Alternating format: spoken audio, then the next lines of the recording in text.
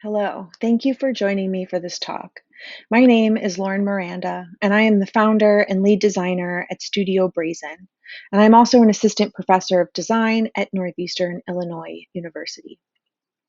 Before we dive into At Home, I'd like to take a step back and set the scene a little bit. What is a monument? In one of the quintessential resources on monuments, the author writes, in the oldest and most original sense, a monument is a work of man erected for the specific purpose of keeping particular human deeds or destinies alive and present in the consciousness of future generations. That raises a few red flags for me, like who gets to decide which particular human deeds or destinies get to be kept alive? Because someone is making those decisions. This idea that official public narratives are being curated and solidified in stone is one reason why monuments are having a moment right now. This has been a conversation for many years, but has really been thrust into the foreground recently with the rise of protests throughout the United States showing outrage over the monumentalization of Confederate soldiers. People are tired of our history being presented in a way that pacifies reality, that keeps us from learning and growing. I began this research in 2012 while working on my Master's of Design at the University of Illinois at Chicago, where I looked into monuments, memorials, and the design of public memory. While in grad school, I was also working full time as a graphic designer and exhibition designer at the Jane Addams Whole House Museum in Chicago. It was at the Whole House where I began to question my role as a designer in the representation of history and public memory. When it was time to decide on a thesis topic, I was originally interested in pursuing these ideas through the lens of museum exhibitions. It was also around that time that my alma mater, Northern Illinois University, announced that they were renovating and reopening Cole Hall. For anyone unfamiliar with the significance of that, on February 14th, 2008, a former student walked into a lecture hall in Cole and opened fire, killing 5 and wounding over 30. They were reopening Cole Hall and memorializing the tragedy with this: 5 granite slabs engraved, "Forward together, forward," which is a together forward more than the school's fight song. Uh, Yeah. And you can kind of see the names of the 5 students who died that day, small and atrociously typeset towards the bottom of the stones. Truthfully, I'm probably more bothered by it now after looking and talking about it for almost 10 years. All I knew then was that these memorials were much more significant to me. These memorials offered solace to a scared and confused campus. They brought healing to a hurting community, and they really spoke to me personally. Collective negative events often invoke within an individual a natural desire to memorialize, whether in the stone monuments at the National Mall, the posters designed for the tsunami in Japan, or ghost bikes and roadside memorials filled with teddy bears and handmade cards. There's a presence of creation and a creative expression following tragedies. From these examples and many more, I have found the motives of memorialization could be split into 2 categories: the psychology of loss and the creation of public memory, which lead to the question: who decides what we are to remember? And more importantly, who decides that which we are to forget? As designers, we have a social responsibility to respect and represent the people served by our work.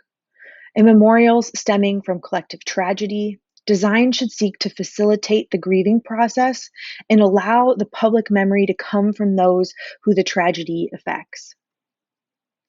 How can one public story capture the entirety of a moment? Well, perhaps a single story should not be the only one we tell. I wanted to put that notion into action, and so I decided to design my own memorial for NIU. I started by taking inventory and making lists. I came up with a collection of descriptive words to better understand both official and vernacular memorials. And then I compared the lists. What were the strengths of each? Where did they overlap? From this, a new list emerged, a list of goals, a design brief.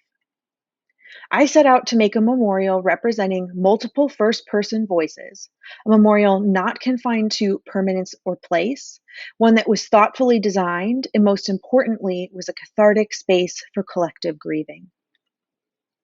Next, I asked questions and did many experiments. How do I tell many stories at once? Can I layer stories as text? Can stories be pulled together to generate a composite story? Can the stories be introduced over time through motion graphics? How will the stories be collected? At first, I collected stories via email or on Facebook. I also set up a Tumblr, which was like the thing at the time, and a hotline for people to call and record their oral stories. And people responded. After many material studies and experiments with projections, the physical memorial began to take form. Sheer sheets stretched from wall to wall, covering a room in a shroud of stories suspended in space. The properties of projected light on sheer screens evoke a spirit of solemnity and catharsis, a safe space to face a difficult subject, in which the viewer can simultaneously see the individual and the collective at work. Each story flows from an individual's memory, but it also becomes part of ours as well. This collective begins to take a readable form, creating not only a public record, but a pulpit, shining light on greater issues of gun violence and control through the lens of human experience. For the voice of the memorial is not a curatorial voice, nor a historian's, but rather it resounds directly from the people who experienced history that day. Traditionally, we expect monuments and memorials to be erected under certain circumstances. When a collective tragedy occurs, there has been a loss of life, or after a notable person passes, we often build monuments in their honor. Significant cultural occurrences have also been the inspiration for monumentalization, such as the Gateway Arc in St. Louis for westward expansion of the United States, which I hope makes us question the power of a monument, the power a monument has in the shaping of public memory of the past. Western expansion came at a great expense, and we have chosen to monumentalize that. So, what should we be memorializing? I'm actually not going to answer that question directly because I am not the authority on all things, which one would have to be in order to make that call. But if the goals of a monument are, as I've concluded, to aid in the grieving process and to establish a collective public memory, then the question should be, how should we memorialize? And that we can test in practice.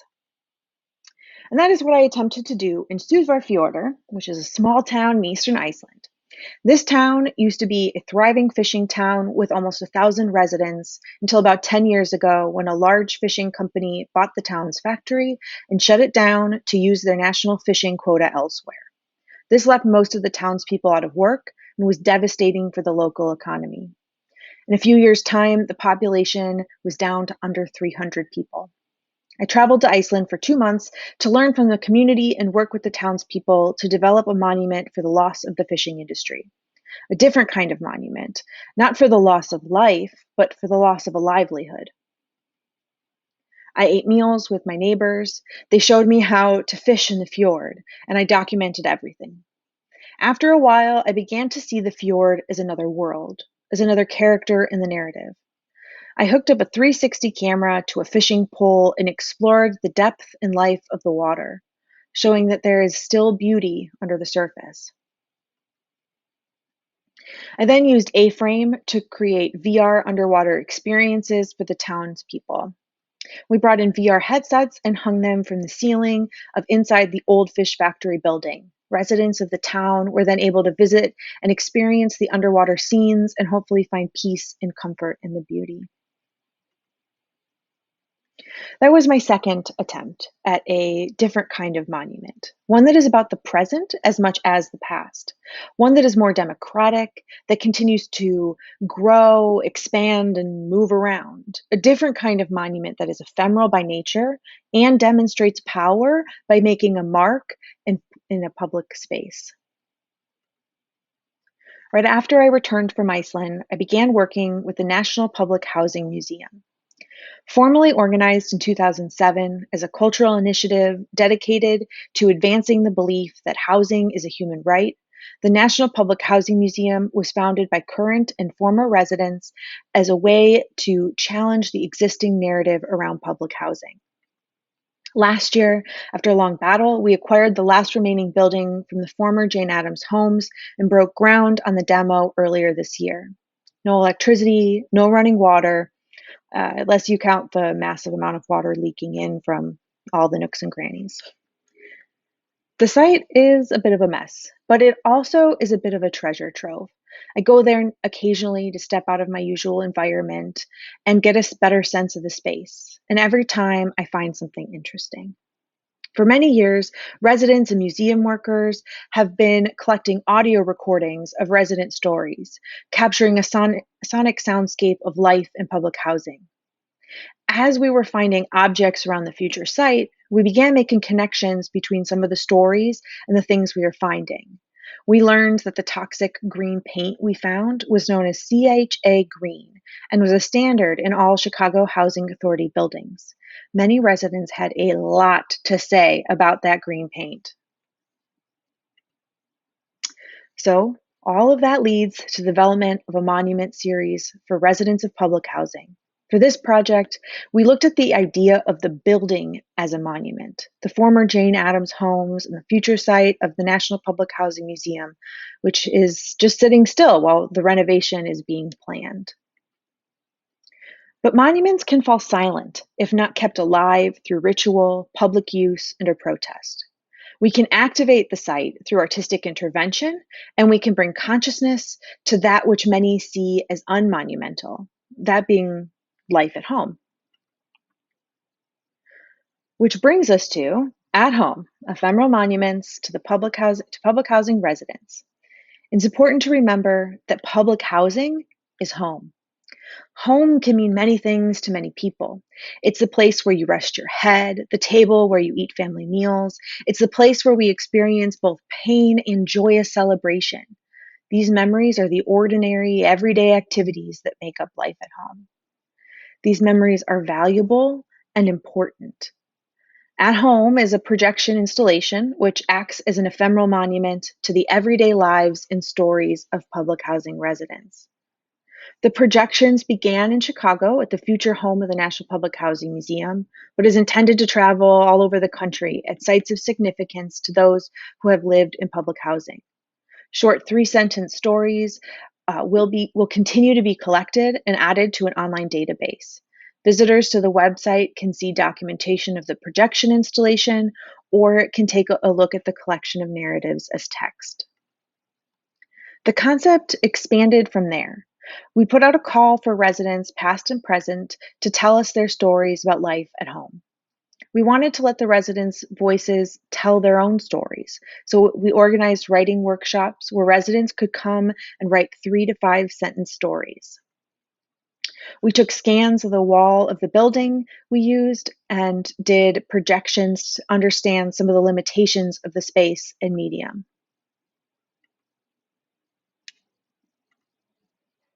We had to develop an aesthetic that worked with the limitations. There were orange windows that were a part of a different installation, and some strange environmental lighting, which made half of the building darker and half of the wall lighter.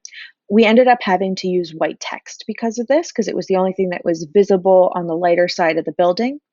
And then we used orange accent colors throughout the animations to play off of the orange used in the windows. The text movement was to correlate with the content, and also we wanted it to pace with normal speech patterns. Here's one story from the monument which is from Francine Washington, about having a painting party to cover up those CHA green walls. The full video is up on the website at homemonument.org, but I'm just going to play you a little bit, just one of the stories right now.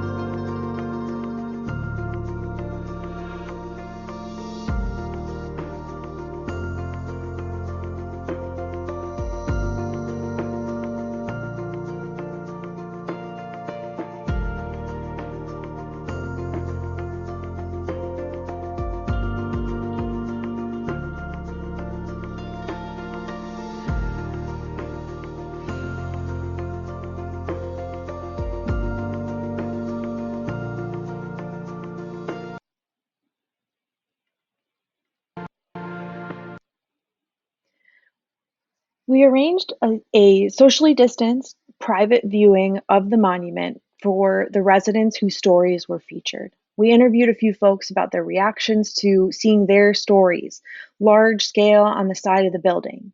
Their responses were powerful and insightful. Over the next year, we're looking to develop further iterations of At Home to be on display at other sites of significance for public housing residents across the country, letting the official public memory arise from those who are impacted most. I will close out by playing one of the reactions from Reverend Hatch, whose sister Rhoda's story was featured in the monument.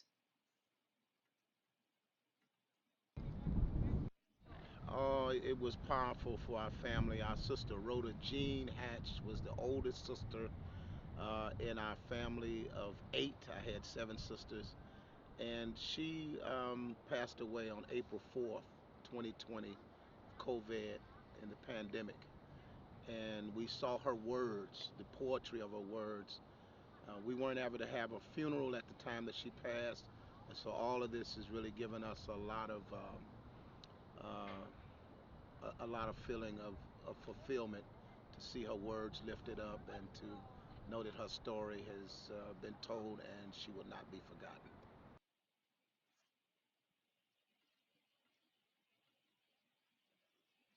Thank you for watching. And if you are interested in watching more of the installation and stories, please check out athomemonument.org. You may also follow me on Instagram at Lauren Miranda, and my studio's Instagram is at That's So Brazen. Thank you so much, and bless you.